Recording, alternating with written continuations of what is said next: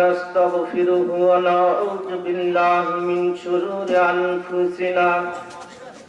أنفسنا ومن سيئات أعمالنا فلا مضل له ومن يضلله فلا هادي له ونشهد أن لا إله إلا الله ونشهد أن سيدنا ومولانا محمدا عبده ورسوله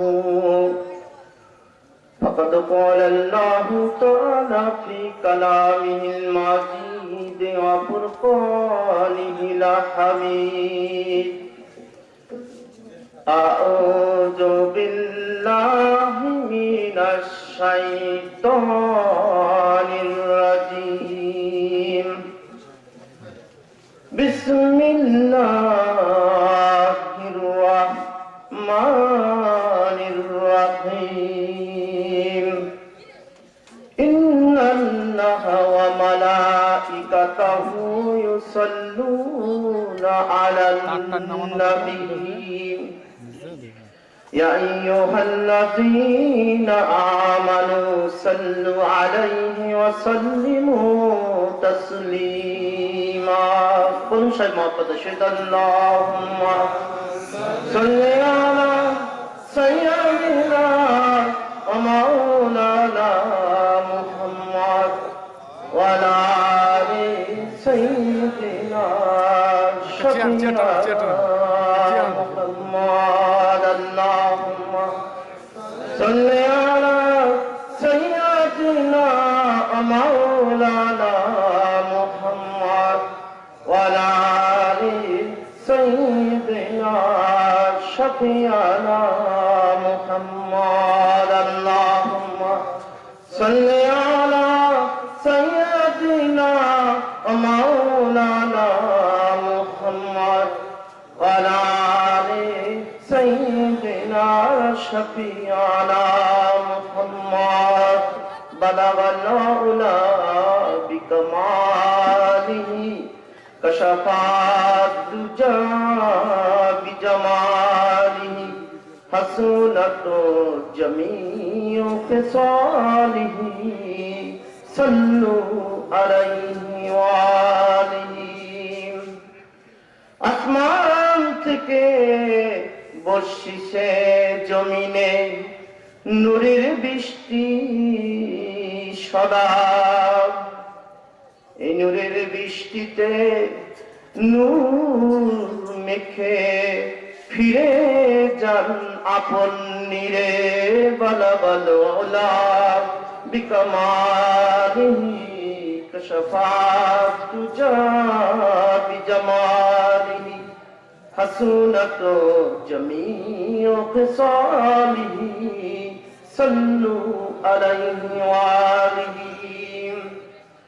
মুহতারাম অত্র এলাকা এবং আশপাশ থেকে আগত দিনদার ইমানদার মুসলমান ভাইয়েরা, পর্দার আড়ালে অবস্থিত মা ও বোনেরা, ছোট ছোট বাচ্চারা, আসসালামু আলাইকুম ওয়া রাহমাতুল্লাহি ওয়া বারাকাতুহু। আল্লাহ পাকের বিশেষ রহমত এবং বরকতে বাইতুল আমান ঠাকুরগাঁও জামে মসজিদের উদ্যোগে এরকম একটি সুন্দর ইসলামী জলসার আয়োজন করতে আপনারা সক্ষম হয়েছেন। আর আপনাদেরকে আল্লাহ পাক এখানে হাজির করেছেন এই দীর্ঘ সময় ধরে আল্লাহ পাকের এই নসিহত শোনার জন্য। এই যে আল্লাহ পাক তৌফিক দান করছেন, এই কারণে অন্তরের সহিত বলুন একবার আলহামদুলিল্লাহ। বাস্তবিকই আল্লাহ পাক নিয়ামত দাতা, তার নিয়ামতের মধ্যে আমরা কিন্তু ডুবে আছি। সে ইচ্ছাকৃত হোক অনিচ্ছাকৃতই হোক, কেউ অন্তরে স্বীকার করুক আর নাই বা করুক, আল্লাহ রহমত এবং নিয়ামত ছাড়া আমাদের এক সেকেন্ড বাঁচিয়ে থাকবার মতো কোনো উপায় নাই। যে ব্যক্তি যত আল্লাহ পাকের এই নিয়ামতকে উপলব্ধি করতে পারবে, প্রতি সেকেন্ডে সেকেন্ডে আল্লাহর এই নিয়ামতের শুকরিয়া আদায় করতে পারবেন, তিনি হইছেন আরিফ বিল্লাহ, আশিকে রাসূল এবং আল্লাহর দেওয়ানা। বলুন সুবহানাল্লাহ। আপনারা কি আল্লাহ পাকের দেওয়ানা হইতে চান না? আমাদের জীবন কিন্তু অত্যন্ত সংক্ষিপ্ত, কিন্তু দেওয়ানা হইবার এই রাস্তার কোনো শেষ নাই। এলমে মারেফতের আল্লাহকে আল্লাহর পথের এই প্রেমিকের পথের কোনো শেষ নাই। তাই আমাদেরকে এমন কিছু আমল পৃথিবী থেকে করে যেতে হবে যাতে আমাদের ভবিষ্যৎ জীবনের সম্বল এই ক্ষুদ্র জীবনে আমরা নিয়ে যেতে পারি। কারণ অল্প সময়ের মধ্যে এমন ব্যবসা করতে হবে যে ব্যবসার পুঁজি দিয়া আমাদেরকে কাল কিয়ামতে আল্লাহ পাকের দরবার পর্যন্ত সেই কঠিন সংকটময় মুহূর্তগুলো আমাদেরকে পাড়ি দিতে হবে। এখন কি আমল করলে আমরা অল্পের ভিতরে বড়লোক হতে পারি? সমস্ত মানুষই পৃথিবীতে বড়লোক হইতে চায়। অল্প পুঁজি খাটিয়ে অল্প সময়ের মধ্যে বড়লোক না হইতে চায় এমন কোন মানুষ নাই। কিন্তু আমলে আখলাকে এবং ইমানি গুণরাজিতে আমরা অল্পের মধ্যে চালান খাটিয়ে আমরা কিভাবে বড়লোক হইতে পারি, অর্থাৎ কিভাবে আমরা আল্লাহ পাকের খাঁটি প্রেমিক এবং আশিক রাসূল হতে পারি, সেই বিষয়ে কিছু আলোকপাত করা হবে। পবিত্র কোরআন শরীফের ভিতরে আল্লাহ পাক বলেন, ইন্নান নাফসা লাআম্মারাতাম বিসসু। আল্লাহ বলেন যে নিশ্চয়ই নফস মানুষকে সর্বদা খারাপ কাজের দিকে আহ্বান করে। আল্লাহ পাক এইভাবে মানুষের ভিতরে এই নফস নামক একটা কুপ্রবৃত্তি সৃষ্টি করে এক মহা কঠিন পরীক্ষার ফাঁদে কিন্তু আমাদের সবাইকে ফেলে দিয়েছে। এই পরীক্ষার ফাঁদ থেকে কে বাঁচতে পারেন আর কে উদ্ধার হইতে পারেন, এই যুদ্ধ কিন্তু এই পৃথিবীতে সংগঠিত হইতেছে। প্রত্যেক মানুষ এই যুদ্ধে হেরে যায়, আবার প্রত্যেক মানুষ এই যুদ্ধে বিজয় লাভ করে। সে মহামানব আল্লাহর ওলি হয়ে যাবেন। সুবহানাল্লাহ। তাই পৃথিবীতে কি আল্লাহ পাক কোরআন শরীফের পাতায় পাতায় রহস্যের বর্ণনা দিয়েছেন।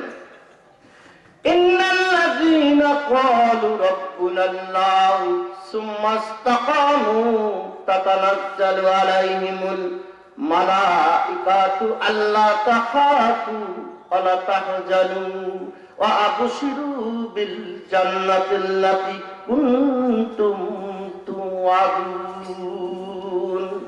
আল্লাহ পাক কি বলছেন? আল্লাহ পাক বলছেন, নিশ্চয় যে ব্যক্তি, যে বান্দা তার অন্তর থেকে, মুখ থেকে, তার কার্য থেকে স্বীকার করে যে নিশ্চয়ই আমার রব হইল আল্লাহ, অতঃপর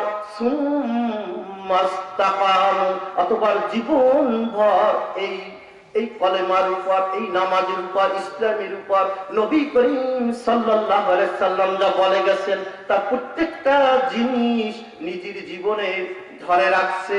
কোনদিন আল্লাহর পথ হইতে বিচ্যুত হয় না। মৃত্যু পর্যন্ত যে ব্যক্তি এইভাবে ধরে আছে, সেই ব্যক্তিকে যখন ওই ব্যক্তি যখন মৃত্যু মুখে পতিত হবে, অথবা যখন এই ব্যক্তি কবরে যাবে কঠিন মুহূর্তে, অথবা সেই ব্যক্তি যখন কিয়ামতের দিন, কিয়ামতের ময়দানে যখন হিসাবের জন্য দৌড়ে যাবে, তখন তার ওই সমস্ত ফেরেশতাগুলা, যে ফেরেশতাগুলা তার সঙ্গে ছিল, কিরামান কাতিবিন এবং অন্যান্য ফেরেশতারা ওই ব্যক্তিকে সম্বোধন করে বলবে, হে ব্যক্তি, তুমি পৃথিবীতে আল্লাহকে ঠিক মতো ডেকেছো, আল্লাহর পথে সঠিকভাবে রয়েছো, কোনো লোভে পড়ো নাই, কোনো প্রতারণায় পড়ো নাই, কোনো ফাঁদে পড়ো নাই, ঠিক মতো আল্লাহর মহাব্বতে 5 ওয়াক্ত নামাজ আদায় করেছো, কোনোদিন তুমি অন্যায় ধারে কাছে যাও নাই। সুতরাং তোমার আজিকার দিনে কোনো ভয় নাই, আমরা তোমার চিরদিনের জন্য বন্ধু, তুমি হাসতে হাসতে জান্নাতে চলে যাও। বলুন সুবহানাল্লাহ। কিন্তু ইস্তেকাম মানে ধরার মতো ধরতে হবে। আজকে আমি নামাজি, কালকে আমি বেনামাজি, আজকে আমি রোজাদার, কালকে আমি বেরোজাদার, আজকে আমি সত্যবাদী, আবার কালকে আমি মিথ্যাবাদী।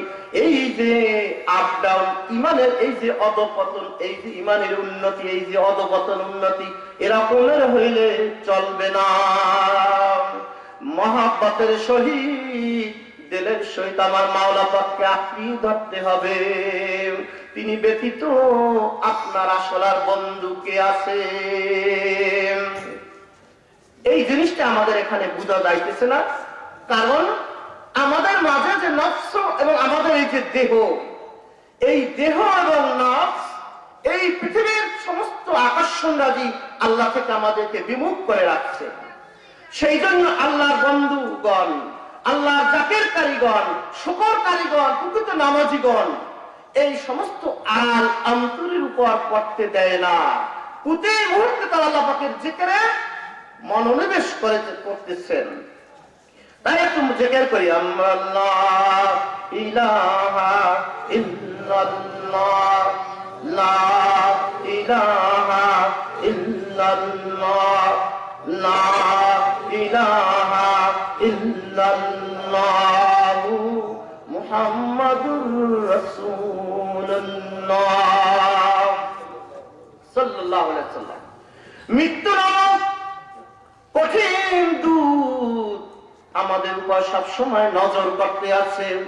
হাদিস শরীফে দেখেছি এই পৃথিবীতে এমন কোন গৃহ নাই যে গৃহে আজরাইল আলাইহিস সালাম দৈনিক 2 বার থেকে 7 বার পর্যন্ত এসে ঘরের দরজায় হাত দিয়া না বলে যে হে ঘরের লোক, তোমরা সাবধান হও, সাবধান হও, তোমাদের মৃত্যু যন্ত্রণা কিন্তু আসবি, শীঘ্রই আমি তোমাদের জান কবজ করার জন্য আসব। প্রত্যেকটা বান্দাবান্দির ঘরে গিয়ে প্রতিদিন দৈনিক আজরাইল আলাইহিস সালাম 2 থেকে 7 বার পর্যন্ত হাত দিয়ে বলতেছে যে তোমরা সাবধান হও, সাবধান হও, আমি শুধু হুকুমের অপেক্ষায় আছি, হুকুম হয়ে গেলে আমি জান কবজ করে নিয়ে যাও, তুমি এই সময় থাকতে সাবধান হয়ে যাও। এই ঘোষণা কিন্তু সব সময় আজরাইল আলাইহিস সালাম সমস্ত ঘরে ঘরে পৌঁছে দিতেছে। কিন্তু আমাদের তো দিলের কান নাই, যে কারণে আমরা এই সংবাদ পাইতেছি না। তাই আমাদেরকে যদি মানুষের মতো মানুষ হইতে হয়, যদি একটি সহুদি অন্তর গঠন করতে হয়, যদি একটি খাঁটি কলব গঠন করতে হয়, তাহলে প্রতি মুহূর্তে আল্লাহ পাকের কাছে তওবার মধ্যে থাকতে হবে। প্রতি মুহূর্তে আল্লাহ পাকের কাছে আমি অপরাধী হিসাবে নিজে নিজে অন্তর থেকে সব সময়ের জন্য আল্লাহ পাকের কাছে ক্ষমা চাইতে থাকবেন, আর মৃত্যুর চিন্তা করতে থাকবেন যে আমার কখন যেন মৃত্যু এসে যায়। হাদিস শরীফে আছে যে ব্যক্তি দৈনিক অন্তত 20 বার মৃত্যুর কথা স্মরণ করেন, আল্লাহ পাক তাকে মৃত্যুর উপর শহীদের দরজা পদবী দিয়ে কিয়ামতের ময়দানে উঠাবে। বলুন সুবহানাল্লাহ। মৃত্যু চিন্তা 20 বার চিন্তা করা কি আমাদের জন্য কোনো কঠিন ব্যাপার? এই মৃত্যু চিন্তা আপনাকে পরিবার পরিজন, স্ত্রী, সন্তান সন্ততি সমস্ত কিছু থেকে আপনাদের টাকা বিচ্ছিন্ন করতে থাকবে, আর আল্লাহর জিকিরের দিকে মনোনিবেশ ঘটাবে। তখন আপনার নামাজে মনোনিবেশ হবে, জিকিরে মনোনিবেশ হবে, কোরআন তেলাওয়াতে মনোনিবেশ হবে, এবং যেদিকে তাকাবেন আমার মহান আল্লাহর জ্যোতি দেখতে পাবে। মহান আল্লাহর কুদরত প্রত্যেকটি অণুতে, প্রত্যেকটি পরমাণুতে আছে। যে ব্যক্তি 24 ঘন্টা আল্লাহর স্মরণের মধ্যে থাকে, আল্লাহ পাক তাকে এমন একটা কলব দান করে যে আসমান আর জমিনের মধ্যে সবচেয়ে মূল্যবান একটি পদার্থ হইতেছে আল্লাহ মুমিনের কলব। বলুন সুবহানাল্লাহ। এই কলবকে আমরা গঠন করতে চাই না? এই কলব গঠন করতে হলে এই যে নফস, এই যে কুপ্রবৃত্তি নফসে আমার সবার মধ্যে আছে। আল্লাহ পাক যখন নফসকে সৃষ্টি করলেন, ওই নফসকে প্রশ্ন করেছিল, হে নফস তুমি কে? নফস বলেছিল যে তুমি তুমি, আমি আমি। সে কিন্তু আল্লাহ পাককে স্বীকার করে না। সে বলছে যে আপনি আলাদা, আমি আলাদা। আল্লাহ পাক নফসকে খাদ্য উপবাস দান করলেন। অতঃপর উপবাস দেবার পর জিজ্ঞাসা করছে যে হে নফস তুমি কে? তখন নফস বলে উঠল যে আমি আপনি সব, আপনি রব, আমি কিছু না। সুতরাং নফস তখন আল্লাহর অধীনতা স্বীকার করেছে। সেই রাস্তায় সেই জন্য এই নফসের উপর ক্ষুধা দ্বারা দমন করতে হবে। আল্লাহ পাকের কাছে খাস নিয়ামত, আল্লাহ পাক উম্মতে মুহাম্মাদীদের জন্য এক মাস রোজা বাধ্যতামূলক করে দিয়েছে। এটা আল্লাহ পাকের একটা দয়া। আমরা আপনি তো ইচ্ছা করে উপবাস করতে পারতাম না, পারতাম, কিন্তু আল্লাহ পাক একটা এক মাসের প্রতি বছর বাধ্যতামূলক ভাবে এটি উপবাসের একটি প্রশিক্ষণ দিয়ে নফসকে দমন করার ব্যবস্থা করে দিয়েছেন। কুদরতি হাত তারা বলুন সুবহানাল্লাহ। তাই এই নফস মানুষের ভিতরে সব সময় ধ্বংস করতে আছে। নফস মানুষকে আল্লাহ থেকে প্রতি মুহূর্তে আড়াল করে দিতেছে, আর প্রতি মুহূর্তে বুঝাইতেছে তুই মানুষকে দান করিস না, গরিব হয়ে যাবি, তুই নামাজ পড়িস না, অন্য কাজ কর, তুই দুনিয়ায় কিছু অসৎ উপার্জন করে যা, না হইলে তোর ছেলে পান খাবে কি। এইভাবে কুপ্রবৃত্তি কুচিন্তা সবসময় মন অন্তরের ভিতর উঠাইতে থাকে। এই থেকে কোনো মানুষ বাদ যায় না, এ থেকে কোনো নবীও বাদ যায় না। এই নব সবসময় এটা করতেছে। যেমন মানুষের শরীরে ব্যাকটেরিয়া ভাইরাস হইতে নানা রকমের রোগ প্রতি মুহূর্তে আমাদের শরীরকে অ্যাটাক করতেছে, এটা আমরা দেখি না। দেখি আমাদের যখন জ্বর হয়, কাশ হয়, নানা প্রকার রোগ যখন হয়, যখন আমরা ডাক্তারের কাছে যাই, তখন ডাক্তার বলে যে আপনার এই ভাইরাস আপনাকে আক্রমণ করেছে। এই দুনিয়ায় দৈহিক রোগ আক্রমণ করার সাথে সাথে আপনি অনুভব করতে পারেন এর জন্য কত ডাক্তার মরে মরে, বিভিন্ন প্রকার ডাক্তার আছে, কিন্তু আপনার এই অন্তরের ভিতরে প্রতি মুহূর্তে এই যে নফস আপনাকে ইমানকে নষ্ট করে জাহান্নামবাসী করে দিতেছে, আপনাকে শয়তানের বন্ধু বানিয়ে দিতেছে, আল্লাহর দুশমন বানিয়ে দিতেছে, রাসূলের দুশমন বানিয়ে দিতেছে, দুনিয়ার সমস্ত মানুষের দুশমন বানিয়ে দেয়, চির জাহান্নামী নামবাসী করতেছে। এই দুনিয়ার মানুষ তা মৃত্যু আগ পর্যন্ত অনেকে টের পায় না, বলুন নাউযুবিল্লাহ। আজকে আপনার শরীরে একটা ব্যথা হয়েছে, সঙ্গে সঙ্গে ব্যথা শুরু হয়ে গেছে। আপনার দাঁতে ব্যথা হয়েছে, সঙ্গে সঙ্গে ডাক্তারখানা যাইতেছেন। পেটে ব্যথা শুরু হয়ে গেছে, সবার কাছে প্রকাশ করতে পারতেছেন, এটা উপলব্ধি হইতেছে। কিন্তু আমার অন্তরের ভিতরে নেফাক, কপটতা, রিয়া, হিংসা, প্রশ্রিকাতরতা এবং দুনিয়ার আবর্জনা স্তূপ হয়ে থাকলো, কিন্তু আমরা এটা অনুভব করতে পারি না মৃত্যু না হওয়া পর্যন্ত। এখন এই রোগের চিকিৎসা মৃত্যুর পর কি সম্ভব হবে? মৃত্যুর পর তো আমাদের কারো দ্বারা এই রোগের সম্ভব হবে না। এর জন্যই আমাদের এই সুন্দর পৃথিবী, এই সুন্দর ভুবন, সুন্দর এই সুযোগ, সুন্দর এই হায়াত, সুন্দর এই গায়ের শক্তি। এখন যদি আমি আল্লাহ পাকের দিকে একটু ঝুঁকি, একটু জিকির করি, একটু মনোনিবেশ করি, তাহলে আমার অন্তরের ভিতরে আল্লাহ পাকের নূরের তাজাল্লি বহায়া আল্লাহ পাক আপনাকে মহামানব বানিয়ে দেবে, বলুন সুবহানাল্লাহ। তাই প্রকৃত বান্দার এক মুহূর্ত আল্লাহ পাকের ধ্যান, আল্লাহ পাকের চিন্তা হইতে এক মুহূর্তের জন্য গাফেল থাকে না। এই যে উদাসীনতা, এই যে গাফলাত, এই গাফলাত গুলাকে আমাদের দিন জাহান্নামে যাবার ইন্ধন হবে। এই যে দেখেন আমরা হাসি ঠাট্টা করি, খেলাধুলা করি, আমার মধ্যে থাকি, এই যে সময়গুলা, এগুলো হচ্ছে গাফলাত। এই গাফলাত হচ্ছে এইরকমের, যেমন এইরকমের এই যে একটা লাইট দেখতে পাচ্ছেন, এর সামনে যদি কোনো আড়াল পড়ে, এই আড়াল পড়া মানেই হচ্ছে আল্লাহ জুতি থেকে আপনি যদি একটা সেকেন্ড দূরে সরে যান, এইটাই হচ্ছে মানব জীবনের চরম এবং পরম ক্ষতি। এই ক্ষতি থেকে আমরা অনেকেই এখন উপলব্ধি করতে পারছি না, কারণ আমাদের এই হায়াত এবং আমাদের এই জীবন, আমাদের এই নফস, আমাদের এই ধন সম্পদ, সন্তান সন্ততি আমাদেরকে ঘিরে আছে। আমাদের আত্মিক রোগগুলোকে আমরা ধরতে পারতেছি না। এই আত্মিক রোগ ধরার জন্য, শারীরিক রোগ ধরার জন্য কত ডাক্তার দুনিয়া আছে, কিন্তু আত্মিক রোগ ধরার জন্য ডাক্তার মেলে না। এই ডাক্তার হইতেছে ওলামায়ে রাশিদিন, সুদক্ষ আলেম, যিনি জাহের এবং বাতেন উভয় জ্ঞানে জ্ঞানী, আল্লাহর ওলি, বন্ধু, নবী, সাহাবা কেরামগণ, এরা হইতেছে ডাক্তার। এই ডাক্তার কেমন পর্যন্ত থাকবে, কিন্তু খুব কম সংখ্যক। এই ডাক্তারকে আপনাকে আবিষ্কার করতে হবে।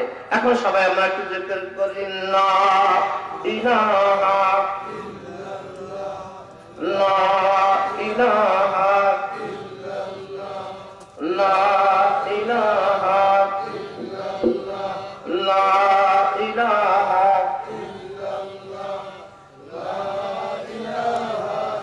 ইল্লাল্লাহ লা ইলাহা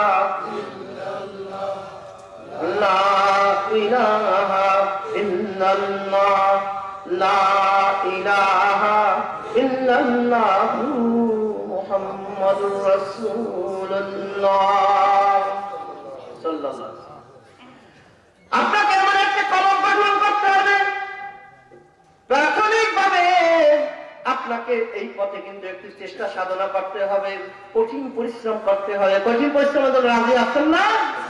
নিজের জীবনকে স্থায়ীভাবে চিরদিনের জন্য জান্নাতের একজন অংশীদার হয়ে যাবেন, জাহান্নাম থেকে মুক্তি দিয়ে আপনি জান্নাতের চিরস্থায়ী বাসিন্দা হবেন।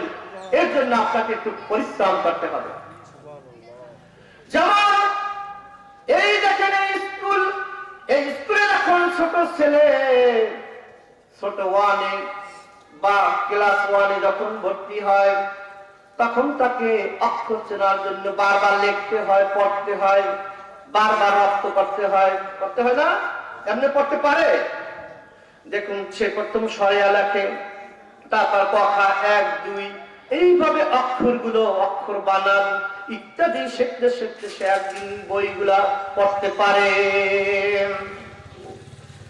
তেমনি ভাবে আপনাকে এই পথে যখন আপনি শুরু করলেন, এই পথের যখন আপনি প্রাইমারি স্কুলে আছেন, এই অবস্থায় আপনাকে শরীয়তে জ্ঞান অর্জন করতে হবে।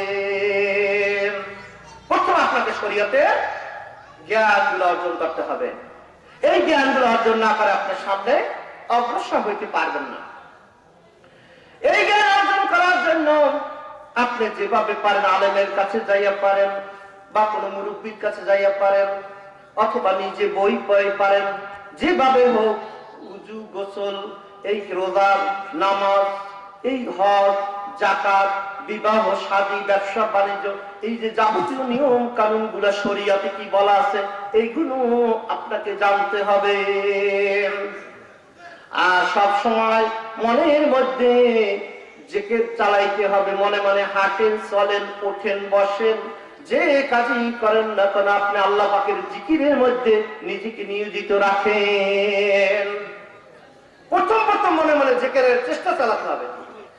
এই জিকির মনে মনে চেষ্টা চালাইতে চাইতে উচ্চস্বরে হোক, নীরবে হোক, ধ্যানে হোক, স্বজ্ঞানে হোক, চালাইতে চালাইতে আপনার এমন একটা অবস্থা হবে, আপনার অন্তরের ভিতরে আল্লাহর জিকির জারি হয়ে যাবে। বলুন সুবহানাল্লাহ। অথবা অন্তরে জিকির জারি হইতে হইতে এমন একটা পর্যায়ে আসবে যখন আপনাকে আর অন্তরে জিকির আর স্মরণ করাই দিতে হবে না। তখন আপনাকে সমস্ত কিছু জিকির আপনাকে ভুলাইয়া দেবে। আপনি দুনিয়ায় থাকিয়াও যেন দুনিয়ায় নাই, আপনি সংসারের মধ্যে থাকিয়াও যেন সংসারী না, আপনি চাকরির মধ্যে থাকিয়াও যেন চাকরির মধ্যে নাই, আপনি ব্যবসার মধ্যে থাকিয়াও যেন ব্যবসার মধ্যে নাই। আমার অন্তরটা তো 24 ঘন্টা আল্লাহ পাকের প্রেমের মধ্যে ডুবে আসছে। বলুন সুবহানাল্লাহ। তখন এমন একটা অবস্থা হবে, আপনাকে আল্লাহ পাককে স্মরণ করিয়ে দেওয়ার দরকার হবে না। আল্লাহকে যদি কেউ ভুলাইয়াও যায় তবু আপনি ভুলবেন না, এমন একটা অন্তর গঠন হয়ে যাবে আল্লাহর কুদরতে। বলুন সুবহানাল্লাহ। তখন আপনার ওই দুষ্ট নফস যে এতদিন বাজারে যাওয়ার কথা বলতো, যে এতদিন তাস খেলানোর কথা বলতো, যে এতদিন ঘুষ খাওয়ার কথা বলতো, যে এতদিন বাড়ি গাড়ি করার কথা বলতো, যে এতদিন মিথ্যা মামলা করার পরামর্শ দিত, যে এতদিন পরের ক্ষতি করার জন্য পরামর্শ দিত, সেই নফস মুসলমান হয়ে যাবে। বলুন সুবহানাল্লাহ। সেই নফস আর কোনদিন আপনাকে বেনামাজি হতে বলবে না। সেই নফস আপনাকে আল্লাহর কথা স্মরণ করাইয়া দেবে। সেই নফস গঠন করতে হবে। সেই নফসকে বলা হয় নফসে মুতমাইন্না, মানে শান্ত নফস। যে নফস এতদিন পর্যন্ত আল্লাহর বিরুদ্ধে আহ্বান করছে, যে আমার নিজের জীবনগুলাকে নষ্ট করে দিয়েছে, যে আমাকে জাহান্নামবাসী করছে, সেই নফসের যাতনা থেকে আমি আর মুক্ত হয়ে নফসে মুতমাইন্না অর্জন করলাম। বলুন সুবহানাল্লাহ। নফসে মুতমাইন্না হয়ে যাবে সেদিন আপনার অন্তরে জিকির জারি হয়ে যাবে। আপনার শিরায় উপশিরায় প্রত্যেকটা জায়গায় আল্লাহ পাকের রহমত বইতে থাকবে। এরপর আল্লাহ পাক আপনাকে ওলি খাতায় নাম লেখাইয়া নেবে। বলুন সুবহানাল্লাহ। অলিত্ব আল্লাহর বন্ধুত্ব পাইতে হলে সেটা আল্লাহর জিকিরের মাধ্যমে অগ্রসরায় সেদিকে যেতে হবে। রাজি আছেন না? তারপর দেখবেন আল্লাহ পাক আপনাকে অজানা এলেম আপনার অন্তরের উপর আল্লাহ কুদরতে ঢালতে থাকবে। আপনি পাগল হয়ে যাবেন, আপনি জাওয়ানা হয়ে যাবেন, কোথায় আমার মাওলা। আপনি ব্যবসা পারবেন কিন্তু ব্যবসায় মন বসবে না। আল্লাহ পাক বলেন রিজালুল্লাহ তুলহিম আন আল্লাহ পাক বলেন আমার বান্দাদের মধ্যে এমন কিছু বান্দা আছে যাদের ব্যবসা বাণিজ্য ক্রয় বিক্রয় আমার নামাজ এবং আমার স্মরণ হইতে তাদেরকে ভুলাইয়া রাখে না।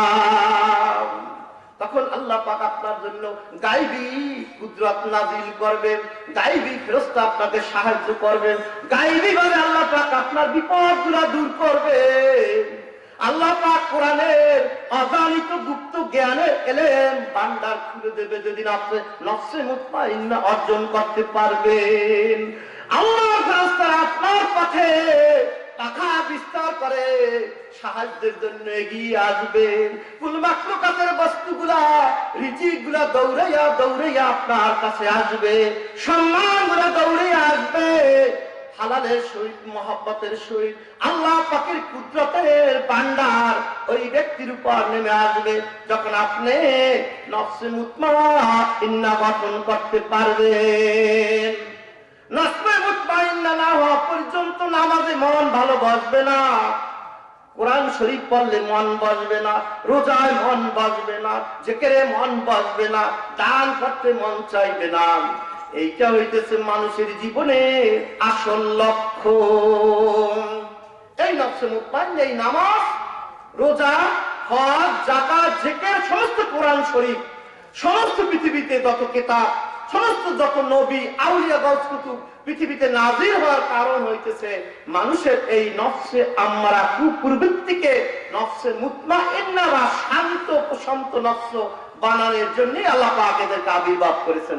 কিয়ামত পর্যন্ত আল্লাহ পাক এভাবে আলেম উলামা এবং আল্লাহ ওলি বন্ধুদের দ্বারা এই আগত দিনের কিয়ামত পর্যন্ত আগত দিনের মানুষের নফসকে মুতমাইন্না বানানোর জন্য ব্যবস্থা করে রেখেছে। বলুন সুবহানাল্লাহ। তাই তো দর্শক করে আল্লাহুম্মা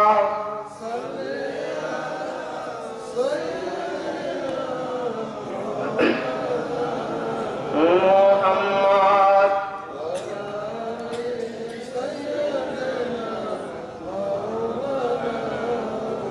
আল্লাহুম্মা সাল্লি আলা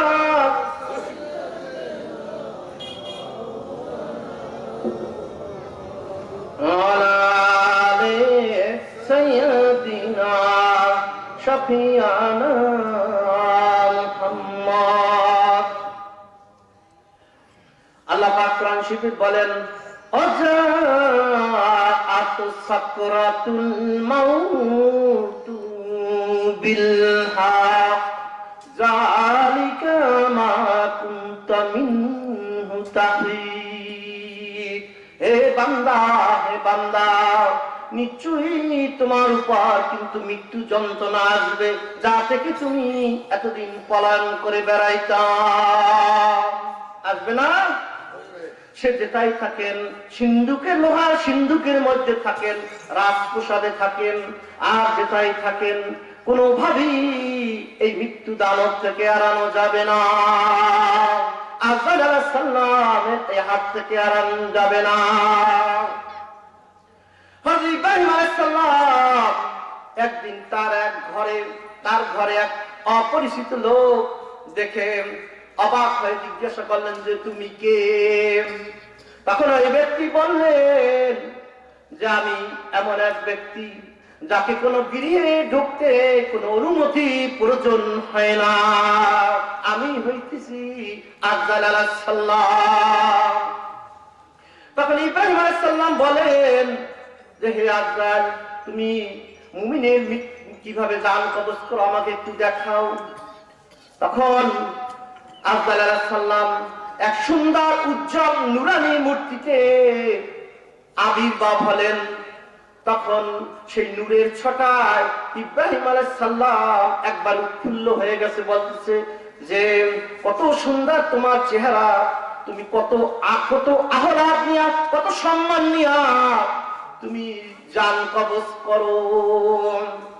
তারপর ইব্রাহিম আলাইহিস সালাম বলেন যে তুমি কাফেরের জান কিভাবে কবজ করো আমাকে একটু দেখাও। তখন আজরাইল আলাইহিস সালাম বলেন যে ইব্রাহিম আলাইহিস সালাম আপনি সইতে পারবেন না, আপনাকে ধৈর্য ধারণ করতে পারবেন না। তারপর অনুরোধ করার পর আজরাইল আলাইহিস সালাম এমন বিকট মূর্তিতে আসমান জমিনের মতো বিরাট আকৃতি, অগ্নি স্ফুলিঙ্গ চেহারা, চক্ষু পিঙ্গল বর্ণ ধারণ করে ইব্রাহিম আলাইহিস সালামের সামনে আবির্ভাব হইলেন। ইব্রাহিম আলাইহিস সালাম সঙ্গে সঙ্গে বেহুশ হয়ে পড়ে গেলেন। এই হইল মৃত্যু। আল্লাহ মৃত্যুকে সৃষ্টি করে ফেরেশতা মণ্ডলীর কাছে বলেছিলেন তোমরা কি জানো কুল মাখলুকাতে আমি একটা কঠিন বস্তু সৃষ্টি করেছি, সে কি? ফেরেশতারা বলছে যে সেটা হইতেছে লোহা। আল্লাহ বলেন না, এর চেয়ে আমি কঠিন বস্তু বানাইছি। সবাই বলল আগুন। তারপর আল্লাহ বলে এর চেয়ে কঠিন বস্তু বানাইছি, সেটা হইতেছে পানি। আল্লাহ বলেন এর চেয়ে কঠিন বস্তু আমি বানাইছি, সেটা হইছে বাতাস। আল্লাহ বলেন এর চেয়ে আমি এক কঠিন বস্তু বানিয়ে রেখেছি। ফেরেশতারা জবাব দিতে পারল না। আল্লাহ পাক ওই মৃত্যুকে সৃষ্টি করে গোপন করে রেখেছিলেন। এই মৃত্যুকে আল্লাহ বলেন হে মৃত্যু, তুমি তোমার সমস্ত শক্তি এবং পাখা দিয়া ফেরেশতাদের উপর উড়ে বেড়াও। মৃত্যু ফেরেশতাদের উপর উড়ে বেড়ানোর সঙ্গে সঙ্গে সমস্ত ফেরেশতাকুল বেহুশ হয়ে পড়ে রইলেন। হাজার হাজার লক্ষ লক্ষ বছর পর্যন্ত বেহুশ হয়ে পড়ে রইলেন। আল্লাহ পাক তাদেরকে হুশ করলেন। আল্লাহ পাক বলেন হে কুল মাখলুকাতের ফেরেশতারা, তোমরা জানো এই মৃত্যুর চেয়েও কি বস্তু আমি সৃষ্টি করেছি, সেটা কি তোমরা জানো? ফেরেশতারা জবাব দিতে পারে নাই। তখন আল্লাহ পাক বলেন হে ফেরেশতারা, তোমরা জেনে রাখো এই মৃত্যুকে যে আমি সৃষ্টি করেছি আমি আল্লাহ। আমি এই মৃত্যুর চেয়ে কোটি কোটি কোটি কোটি গুণ মহাশক্তিশালী। এই মৃত্যু কিন্তু আমাদের জন্য অপেক্ষা করতেছে। নবী করিম সাল্লাল্লাহু আলাইহি সাল্লাম বলছেন একজন সাধারণ মানুষের মৃত্যু যন্ত্রণা এমন, একটা লোককে যদি একই সঙ্গে ৩০০ লোক তরবারি দ্বারা যদি আঘাত করতে থাকে, তাও একটি সাধারণ মৃত্যু যন্ত্রণার চেয়ে কম কষ্ট। তাই যারা আজ মারা গেছে তারা বহু যাতনা নিয়ে, বহু অভিজ্ঞতা নিয়ে তারা কিন্তু এই পৃথিবী থেকে চলে গেছে। কারো কারো মৃত্যু যন্ত্রণার এত কষ্ট, কোটি কোটি বছর, লক্ষ লক্ষ বছর কেটে যাবে, কিয়ামতের ময়দানে উঠবে, তখনও তাদের মৃত্যু যন্ত্রণার শেষ হবে না। এই মৃত্যুর এমন একটা যন্ত্রণা আমাদের জন্য আল্লাহ পাক মোতায়েন করে রেখেছে। কিন্তু এই মৃত্যু যন্ত্রণা তো সবাই একরকম হবে না। যারা আল্লাহ পাকের বন্ধু হয়ে গেছে, আউলিয়া হয়ে গেছে, যারা পৃথিবীতে নফসের যন্ত্রণা সইছে,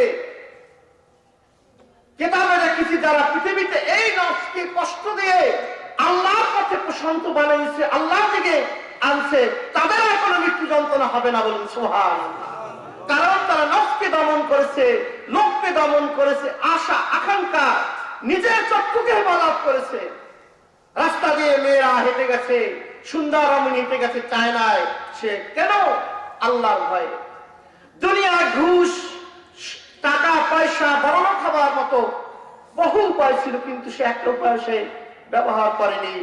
সে আল্লাহরই স্বার্থে, আল্লাহরই কারণে নিজের লোককে দমন করেছে।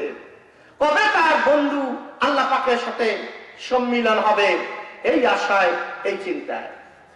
তাই এই জিকির বেশি বেশি করে করতে হবে, আর মৃত্যুর স্মরণ করতে হবে। কোন ওলি, কোন সাধক মুরাকাবা, মুশাহাদা এবং চিন্তা ভাবনা না করে আল্লাহর ওলি বন্ধু হইতে পারে না। নবী করিম সাল্লাল্লাহু আলাইহি সাল্লামের কথাই চিন্তা করেন। তিনি সৃষ্টির লক্ষ লক্ষ বছর পূর্বে আল্লাহ পাকের দরবারে নবী হিসেবে সৃষ্টি হয়েছে। তারই কারণে, তারই নূর দ্বারা এই কুল মাখলুকাত, আরশ, লৌহ, কলম, বেহেশত, মানুষ, সৃষ্টি সমস্ত কিছু তারই কারণে হয়েছে, হয় না? আওয়ালু মা খালাকাল্লাহু নূরি, আওয়ালা মা খালাকাল্লাহু আকল। আল্লাহ পাক রাসূল সাল্লাল্লাহু আলাইহি ওয়াসাল্লাম বলছেন, আল্লাহ পাক সর্বপ্রথম আমার নূরকে সৃষ্টি করেছেন, আল্লাহ পাক সর্বপ্রথম আমার আকলকে সৃষ্টি করেছেন, এবং এ থেকে তিনি আসমান জমিন সমস্ত কিছু স্তরে স্তরে স্তরে স্তরে বিন্যস্ত করে সৃষ্টি করেছেন। অথচ দেখেন, এই নবী যাকে সৃষ্টি না করলে কুল মাখলুকাতের কোন বস্তু আল্লাহ পাক সৃষ্টি করতেন না। এই নবীকেও 25 বছর থেকে 40 বছর পর্যন্ত, এই 15টি বছর পর্যন্ত তাকে হেরা গুহায় ধ্যানরত অবস্থায় থেকে থেকে নবুয়তের জ্বালা অন্তরে সইতে হয়েছে, বলুন সুবহানাল্লাহ। সুতরাং নবুয়তের জ্বালার পর বেলায়েতের জ্বালা, এই বেলায়েত মানে বন্ধুত্ব, কিয়ামত পর্যন্ত এই বন্ধুত্বের দ্বারা অব্যাহত থাকবে। নবী করিম সাল্লাল্লাহু আলাইহি সাল্লাম হেরা গুহায় কি করেছিলেন? হেরা গুহায় কি তিনি নামাজ পড়েছিলেন? না, তিনি হেরা গুহায় ধ্যানমগ্ন অবস্থায় ছিলেন। মুরাকাবা করতে এই বিশ্ব জাহানকে সৃষ্টি করেছে, চন্দ্র, সূর্য, গ্রহ, নক্ষত্র, মানব, এই পশু পাখি, দিবা রাত্র সমস্ত কিছু পরিবর্তনের ভিতরে কোন মহাশক্তি আছে, সেই শক্তিকে আবিষ্কারের জন্য ধ্যানমগ্ন অবস্থায় ছিলেন। সুতরাং আমাদেরকে ধ্যানমগ্ন অবস্থায় থেকে থেকে আল্লাহ পাকের সঙ্গে গোপনে মহাপাত জোড়াইতে হবে। নামাজ, রোজা, কালেমা, হজ, যাকাত সমস্ত কিছু ঠিক রেখে তার ফাঁকে ফাঁকে আল্লাহ পাকের সাথে গোপনে গোপনে মহাব্বত ঘটাইতে হবে। এই মহাব্বত ঘটনের মূল উৎস এবং বাকি হইতেছে জিকির। ইয়া আইয়ুহাল্লাযীনা আমানু যকুরুল্লাহা যিকরান কাসীরা ওয়াসাব্বিহুহু বুকরাতাও ওয়া আসীলা। আল্লাহ বলতেছেন, হে মুমিনগণ, তোমরা সকাল এবং সন্ধ্যায় আল্লাহ পাককে স্মরণ করো এবং তার তাসবিহ পাঠ করো। এই তাসবিহ পাঠ হইতে, এই কুল মাখলুকাত হইতে, ফেরেশতাকুল হইতে আরম্ভ করিয়া এমনকি একটি ব্যাং, এমনকি একটা পিপিলিকা পর্যন্ত আল্লাহ জিকির হইতে গাফেল নাই। ও আল্লাহ পাক বলতেছেন, তুসাব্বিহু লাহুস সামাওয়াতিস সাবউ ওয়া মান ফিল আরদি মিন শাইইন ইল্লা ইউসাব্বিহু বিহামদিহি ওয়ালাকিন লা তাফকাহুনা তাসবিহাহুম ইন্নাহু কানা হালিমান গফুরা। আল্লাহ বলতেছেন, আসমান এবং জমিনের ভিতরে এমন কোন বস্তু নাই যে বস্তু গুলো আমার সবসময় জিকির না করতেছে। আল্লাহ বলতেছেন, তোমরা তাদের এই তাসবিহ পাঠের জিকির করা শব্দ বোঝো না। নিশ্চয়ই তিনি ধৈর্যশীল এবং ক্ষমাময়। মানব এবং জিন এই দুই সম্প্রদায় ব্যতীত কুল মাখলুকাতের, আসমান জমিনের প্রত্যেকটি অণু, পরমাণু, প্রাণী, সমস্ত কিছুই আল্লাহর হক বুঝে গেছে। মানুষ আর জিন ব্যতীত সবাই কিন্তু আল্লাহর হক বুঝে গেছে। তারা আল্লাহকে পছন্দ মতো চিনছে, কিন্তু আদমকে আল্লাহ পাক এত বড় জ্ঞানবান করেছেন। আল্লাহ পাক আদমের অন্তরের ভিতরে কলব নামক একটা বস্তু দান করেছে। কোন মাখলুকাতে কোন বস্তুর ভিতরে আল্লাহ দেয় নাই, সেই জিনিস আমরা পেয়েও পাইলাম না, দেখলাম না। যে জিনিস আমার মধ্যে আপনার মধ্যে আল্লাহ পাক গচ্ছিত রেখে দিয়েছে, সেই মহামূল্যবান মানিক্য, আপনাকে এই মহামূল্যবান মানিক্য কলবের মধ্যে আল্লাহ রুকাইয়া রাখছে। বাহির করতে হবে, জিকির করে, রোজা রেখে, নফল ইবাদত করে, দান খয়রাত করে, মানুষের উপকার করে, মসজিদ মাদ্রাসা প্রতিষ্ঠা করে, গরিব দুস্থদের উপকার করে।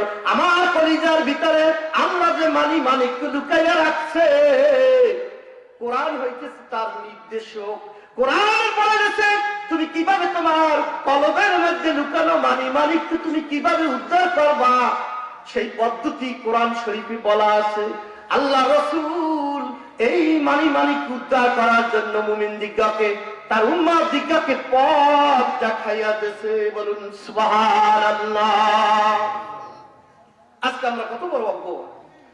আমার আব্বা মৃত্যুকালে হাজার একর ধরেন জমি রেখে গেছে, ব্যাংকে অনেক টাকা রেখে গেছে, কিন্তু আমি এমন অশিক্ষিত যে আমার আব্বাই কোথায় যে জমি রাখলো আর কোন ব্যাংকে যে টাকাই বা রাখলো, কিছুই পাইলাম না, কিছুই খুঁজে পেলাম না।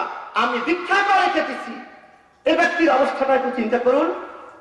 তার চেয়ে বড় অবস্থা খারাপ কিন্তু আমাদের। কারণ ইন্না আরাদনাল আমানাতা আলাস সামাওয়াতি ওয়াল আরদি ওয়াল জিবাল ফাআবাইনা আইয়াহমিলনাহা ওয়া আশফাকনা মিনহা ওয়া হামালাহাল ইনসান ইন্নাহু কানা যালুমান জাহুলা।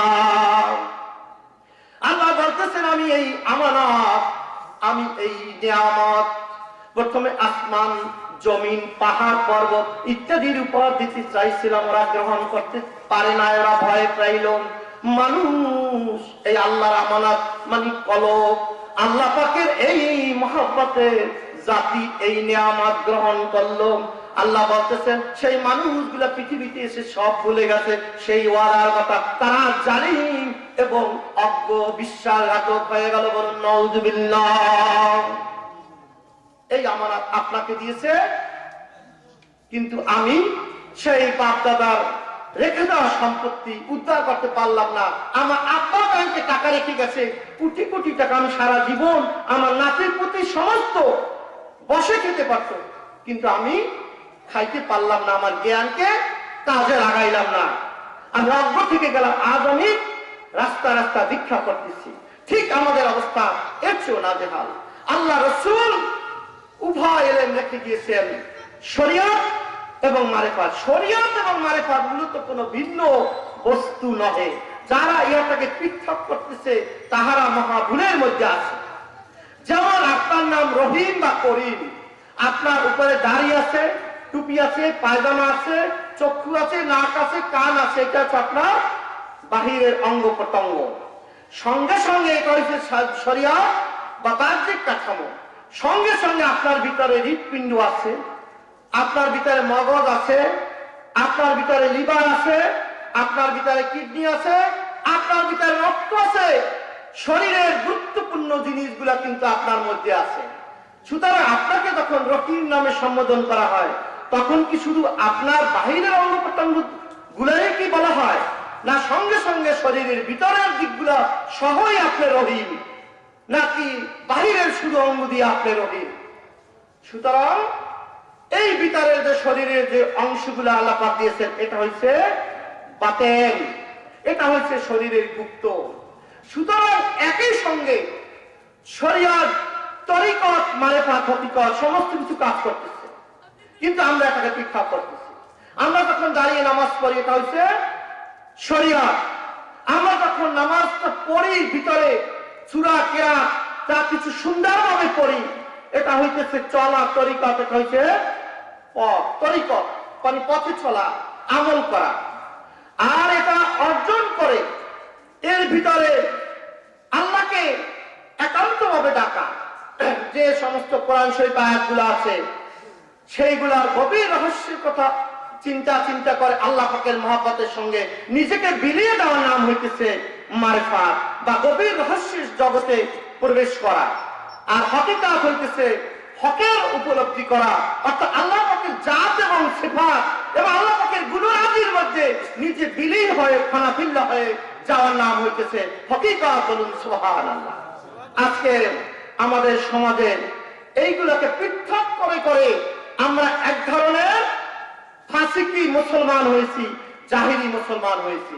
আমরা বাতিনি মুসলমান হইতে পারি, একই সঙ্গে আমাদের জাহিরি মুসলমান এবং বাতিনি মুসলমান হতে হবে। এই শিক্ষা কোরআনের পাতায় পাতায় আছে। আল্লাহর ওলিগণের বইগুলো পড়লে এই রহস্যের তত্ত্ব অনুধাবন করা যাবে। সেদিন আপনাকে কাউকে বুঝাতে হবে না। সেদিন আপনি পৃথিবীতে আসমান জমিনে এক মহামূল্যবান নিয়ামত হবেন। সেদিন আপনার মর্যাদা হবে ফেরেশতাদের চেয়ে ঊর্ধ্বে। বলুন সুবহানাল্লাহ। আমরা তাই তো জিকির করি না ইলাহা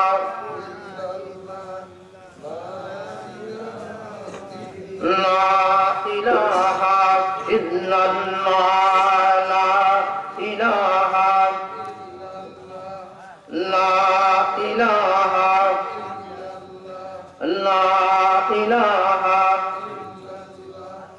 লা ইলাহা ইল্লাল্লাহু মুহাম্মাদুর রাসূলুল্লাহ।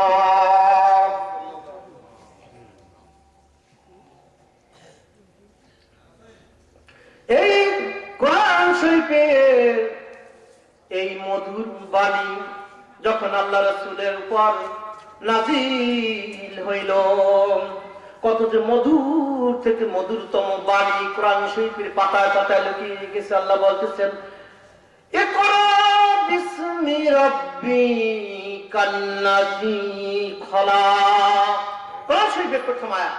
এই কোরআন শরীফের প্রথম আয়াত হিরা গুহায় কোন এক শবে কদরের রজনীতে আল্লাহ রাসূলের উপর নাযিল হয়েছিল। কি বলছে সেখানে? ইকরা মানি পড়ো, মানি অধ্যয়ন করো, চর্চা করো, জ্ঞান অর্জন করো এবং অন্তরকে গভীরভাবে বীক্ষণ করো, চেষ্টা করো জ্ঞান অর্জন করার জন্য। ইকরা বিসমি রাব্বিকাল্লাযী খলাক। পড়ো তোমার প্রভুর নামে যিনি তোমাকে সৃষ্টি করেছেন। কত সুন্দর বাণী, কলিজা গলে যায়। যদি বাতিনি একটা অন্তর নিয়ে কোরআন শরীফ পড়েন, কলিজাটা গলে যাবে, কলিজাটা গলে যাবে। খলাকাল ইনসানা মিন আলাক। তিনি মানুষকে সৃষ্টি করেছেন জমাট বাঁধা রক্ত থেকে। ইকরা, আল্লাহ বলতেছেন আবার তুমি পড়ো। ইকরা রাব্বুকাল আকরামুল্লাযী আল্লামা বিল কলাম। পড়ো তোমার পূর্বর নামে যিনি দয়াময় মহাময়, তিনি কলমের সাহায্যে মানুষকে শিক্ষা দিয়েছেন। আল্লামাল ইনসানা মা লাম ইয়ালাম। তিনি মানুষকে এমন জিনিস শিক্ষা দিয়েছেন যা মানুষ জানত না। আল্লাহ পাক আমাদেরকে আসমান এবং জমিনে এমন আমার রহস্য উপলব্ধি করার মতো লক্ষ লক্ষ যোগ্যতা দিয়ে আমার আপনার শরীরের ভিতরে প্রত্যেকটি অণুতে পরমাণুতে আল্লাহ পাক দিয়ে রাখছেন, যা আল্লাহ পাক ফেরেশতাকেও দেয় না। আল্লাহ পাক মানুষের কলমের ভিতরে যে জিনিস দিয়েছে তা আল্লাহ পাক আরশকে দেয় না।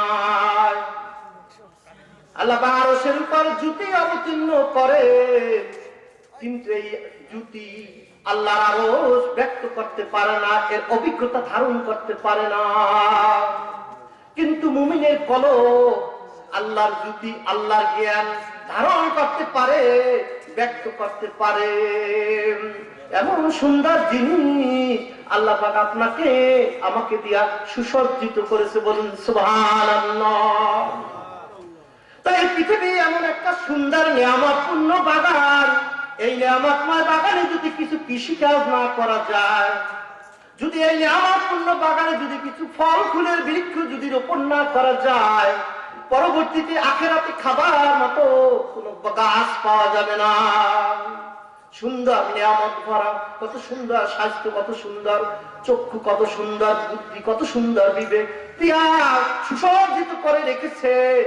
তুমি পৃথিবীতে থাকতে কলবের বৃক্ষে আল্লাহর প্রেমের জেকেরের